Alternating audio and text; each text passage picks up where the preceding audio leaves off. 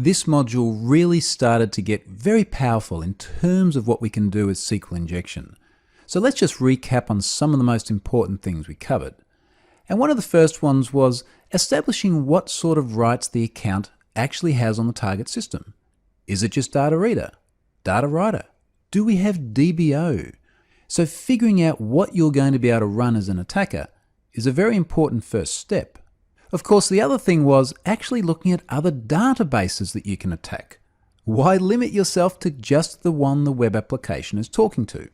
Particularly when that login account has excessive rights. You may find there's nothing stopping you from accessing all sorts of other, possibly even non-related, databases on the same system. Now, if you can't access those other databases directly, you may just be able to remotely create a new SQL login. If you can remotely create that login and then escalate the privilege into a role such as sysadmin, that could make things significantly easier in terms of the way you traverse around that database. You just remotely connect to it. If, of course, you are actually able to remotely connect from a public network segment. Now, you don't always need to create a SQL login, because remember, you could actually extract it from the hash.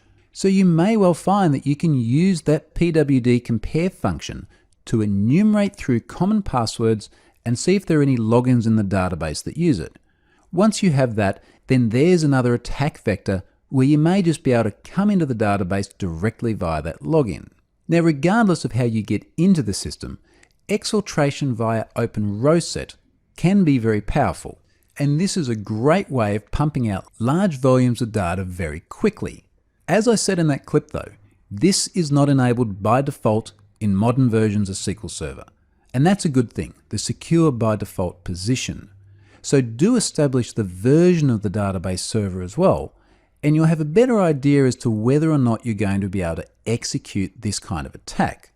Of course, that doesn't mean that someone hasn't just manually enabled the feature anyway, and we do obviously often see people configuring systems insecurely like this, but certainly this is one very powerful attack.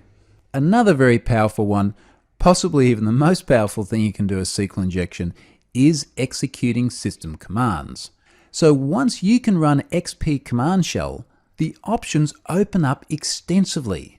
And inevitably, as an attacker, you're going to be doing a lot more than just pinging like we did in the example before.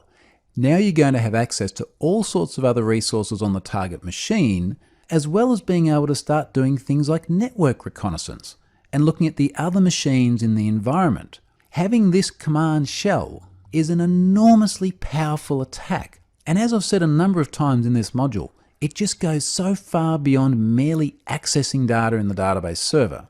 So this is a really great way to wrap up the topic on advanced SQL injection concepts. And nothing demonstrates the power of SQL injection more than being able to run whatever command you'd like in the target environment.